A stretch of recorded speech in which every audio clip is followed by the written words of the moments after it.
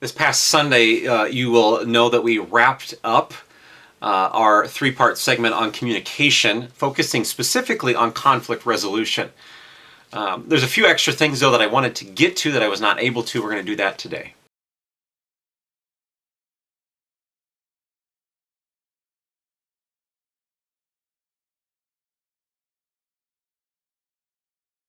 Volumes written on communication and specifically conflict resolution.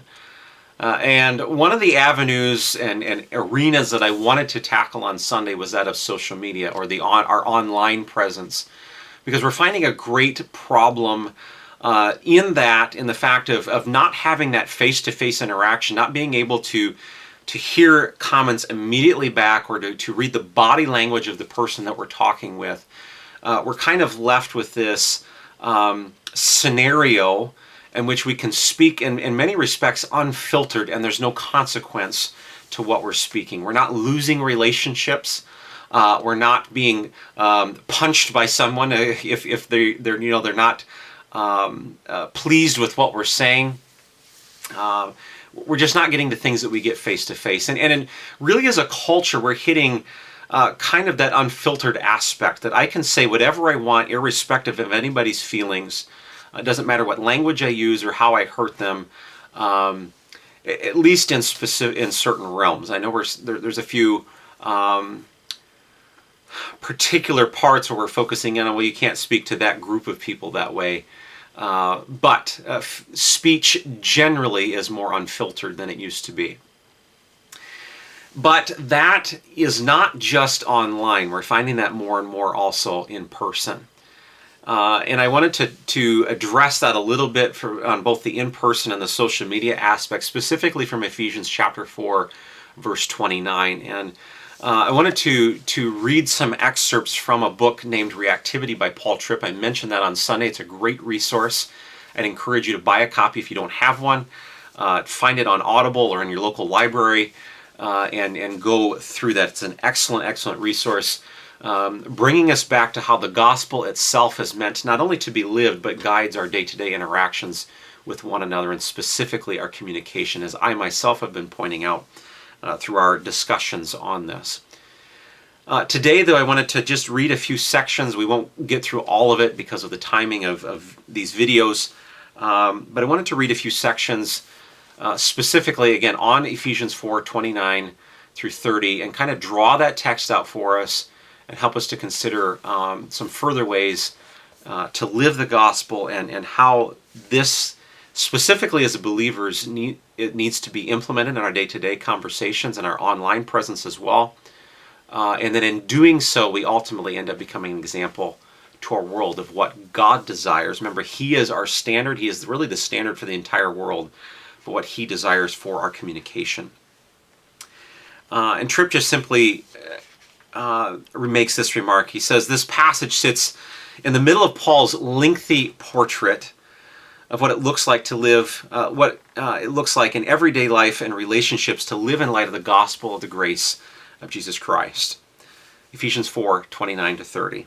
Let no corrupting talk come out of your mouths, but only such as good for building up, as it fits the occasion, that it may give grace to those who hear. And do not grieve the Holy Spirit of God, by whom you were sealed for the day of redemption. And this is what I want to pay attention to, and what I was hit with as I was reading this text. The first thing, as he writes, that is vital to notice is that Paul's discussion of wholesome or not corrupting communication is not a discussion of vocabulary. And many times as believers, we have this list, well, you can't say this, and this. But know what he says. He says it doesn't define corrupting talk by giving us a list of forbidden words. Now, this doesn't mean that we're free to use sexually explicit, damning, or culturally impolite terms whenever we wish or in however we wish. But this passage does warn us that defining unwholesome talk by a list of words is too low of a standard. For Paul, corrupting talk is first and foremost a matter of the intention of the heart. And we've been discussing that repeatedly throughout our time on communication, that it always comes back to the heart. You can cruelly, as he writes, mock a person and not use a single bad word. You can post something that is meant to harm while not using certain offensive words. You can react vengefully while priding yourself that you haven't damned the person. If, as the family of God, we are ever going to address the culture of harmful reactivity that lives not just in the surrounding culture, but also in our family, we must get below the level of vocabulary and shine the light of biblical wisdom on the thoughts, desires, and intentions of our heart.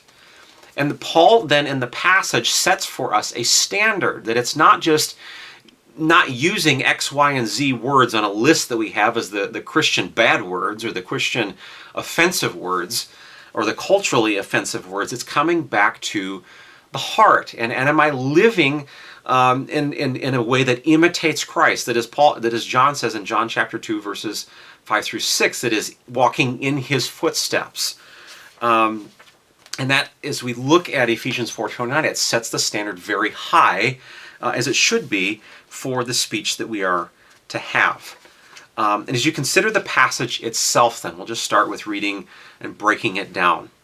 Every response, he titled this, must be shaped by a consideration of the person. If we've considered the heart, we need to also consider the person. Ephesians 4:29, only such is good for building up. And here's an application of love your neighbor as yourself, Paul writes, to our world of communication. It is a call to responses that are deeply loving. I'm not posting what I am posting because it makes me happy or satisfies some philosophical, theological, cultural, or tribal desire in me. This is a call to other-centered communication. My reaction is not done for me, but out of loving consideration for you. There's something that I want for you. But it's not that you would simply be proven wrong, put in your place, exposed for what you are, proven to be a fool, exposed as a member of a certain tribe, soundly mocked, getting what belongs to you, knocked off your pedestal, or harmed in some way. No, what this passage calls me to is the polar opposite of what the culture of reactivity does and ultimately produces. Imagine even stopping to think of the person you're reacting to as a person. That is, a being made in the image of God. Imagine taking the time to think of others in their world, having a normal set of responsibilities and people who love them and whom they love. Imagine considering how they have been hit with the burdens, temptations, and heartaches of life in this fallen world. Imagine taking the time to think about how they would be impacted by your words. Now imagine responding not just because you like the verbal skirmish, but because out of love you really do want the person to benefit from and be built up by whatever it is that you are about to post, tweet, or say. Imagine caring enough to want that person to want to learn something new, to grow in self-awareness, to have a deeper confidence in God, to be encouraged in some way, or to gain new courage or motivation. What if every reaction were preceded by this kind of other-centered consideration? What if you only ever spoke to build up? How different would your reactions be? How many previous reactions would you have deleted, or have you perhaps regretted? Only such as is good for building up means that the core character quality of wholesome communication is love. And these words, is a call to intentional, focused commitment to loving communication, no matter how wrong you think people are, no matter what you think of their tribe, no matter how hurt or angry they have made you, and no matter how high you think the stakes are. When love is the expendable ingredient in our communication, there is no end to the hurt, chaos, division, and harm our reactions will produce. When you refuse to abandon this call to love and determine only to speak the truth in love, you will say what you need to say in a radically different manner and with an entirely different tone. The darkness of social media isn't difficult to understand. It is the darkness of the failure to love. The human community, as God designed it, cannot function without love. Human communication cannot work without love. Without love, human interactivity becomes a war zone with a list of casualties too many to number. We are not islands. We all need builder-uppers around us. We all need encouragement. We all need loving rebuke. We all need insight. We all need fresh starts and new beginnings. We all need to know that we are not alone. We all need gifts of patience and grace along the way. We all need love. There are no haves and have-nots. Each of us needs to be built up, and each of us is called to be a builder.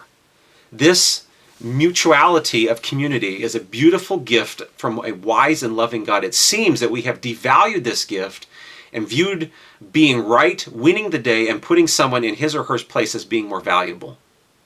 The human community will continue to be harmed, and our digital meeting places will continue to be dark and dangerous as long as tearing down seems more attractive than building up. We're going to stop there and come back. Join us next time as we continue expounding on that passage from Ephesians 4:29.